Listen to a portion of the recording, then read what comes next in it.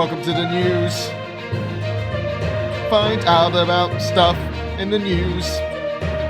What's going on today? It's Alan. Hello and welcome to the news this evening. Today I'm Alan, Current Affairs. Top story tonight, water everywhere but none inside my sink.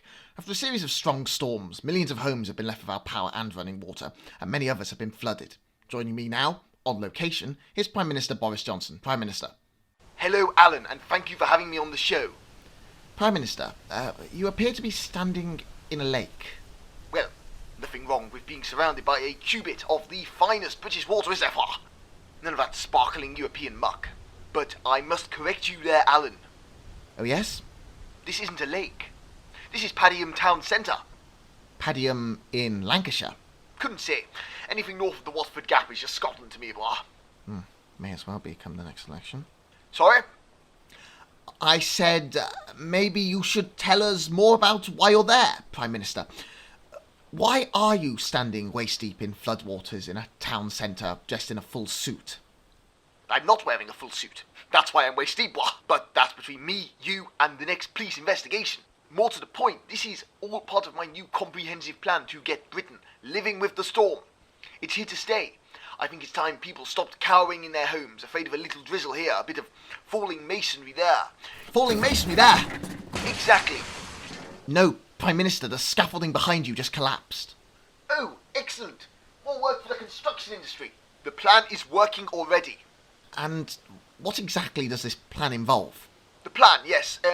Of course, the plan. It involves, forgive me. Forgive me. Mr. Johnson, are you alright? Of course I'm alright. None of that socialist jabberwocky. I just appear to have misplaced my notes and my lectern. I think it was carried off by a passing school of trout. Would you like some more time? No, I can do without. Memory like an elephant. And you certainly know a thing or two about ivory towers. Please, continue. Of course, we will be building back the getting it done, of course.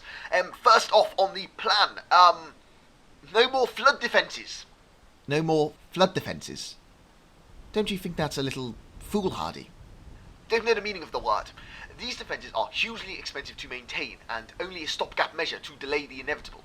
It simply doesn't make sense to maintain them when the money would best be invested elsewhere, such as in lifeguard training or to install those orange life preserver things. Okay, anything else? Yes, we are ending our mandate for free swimming lessons. From speaking to my neighbour and his butler, I believe that what the people of Britain want is freedom, and the majority are willing to accept a few lungs filled with water for that prize. If somebody wants to haphazardly flail around, or simply sink, well, it would be hypocritical of me to stand in their way. And what would you say to those who can't swim yet, or who aren't able to learn to swim, and their families? Well, for those liquid vulnerable amongst us, I say, I float with you. We are investing in groundbreaking research which will, we hope, enable us to provide you with gills. Human testing has already begun, in fact, within the Cabinet Office, and it has been extremely successful. Just look at Michael Gove. Part fish, part man, all wet, bah. Michael Gove, part man, you say? Incredible. Well, I'm sure that all sounds very promising. But wait, there's more! This strategy will be a boon to the great British water filtration and lilo industries.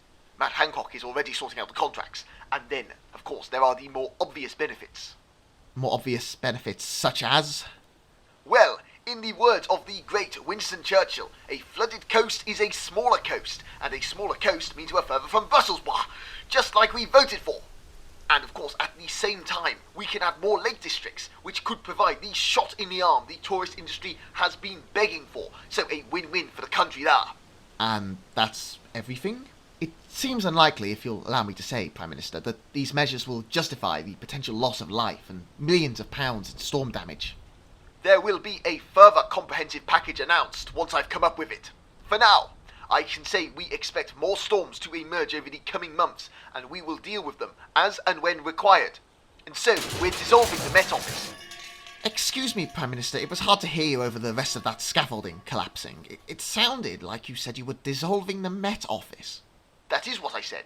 But then, how will we know if a storm is coming? Well, we won't. But we won't need to. because, as I said, we'll deal with them when they happen.